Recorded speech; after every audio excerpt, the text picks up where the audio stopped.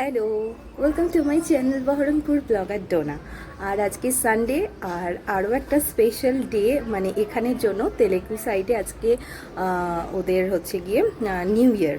তো ওই জন্য আমরা এখন সকাল সকাল চলে এসেছি সৃজনাদের বাড়িতে। আন্টি বলে দিয়েছিল আজকে এখানেই ব্রেকফাস্ট করতে হবে, তো ওই জন্য চলে এসেছি।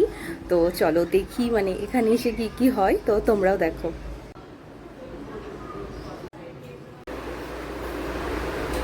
सृजना तुमको भी ले रही हूँ वीडियो में।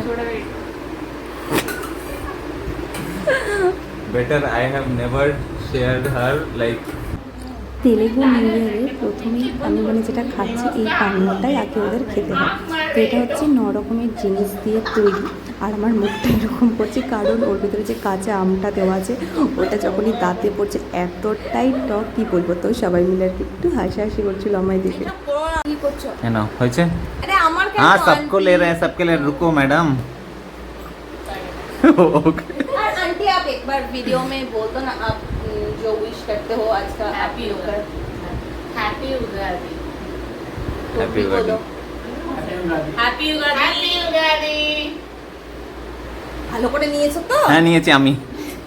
আর এরপরেই সকালে ব্রেকফাস্ট ছিল আন্টির হাতে তৈরি ইয়াম্মি ইয়াম্মি ধোসা, দারুণ খেতে হয়েছিল। আর তারপর আমি, অমিত আর সৃজনা তিনজন মিলে বেরিয়ে পড়লাম মন্দিরে যাব বলে। আসলে সৃজনাই বললো তোমরা মন্দিরে যাবে, তো আমরা আর কী করবো, এমনিই রবিবার ছুটির দিন, তো চলো একসাথে যাওয়াই যাক। তো এই বলে আমরা তিনজন মিলে এখন বেরিয়ে পড়েছি।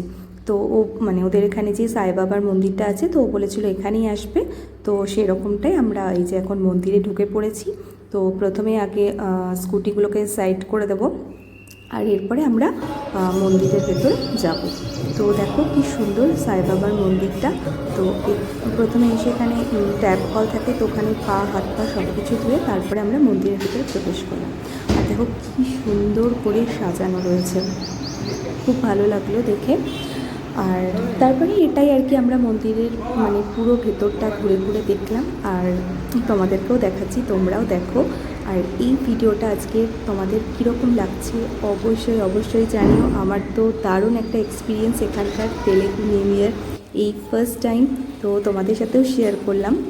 তো তোমাদের ভালো লাগলে অবশ্যই ভিডিওটা লাইক করো, শেয়ার করো, আর প্লিজ ভালো লাগলে অবশ্যই চ্যানেলটা সাবস্ক্রাইব করে যেও।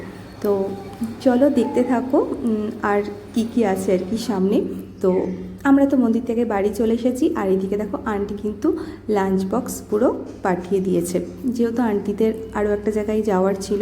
তো এটা হচ্ছে ম্যাঙ্গো ফুলিওরা। তো চলো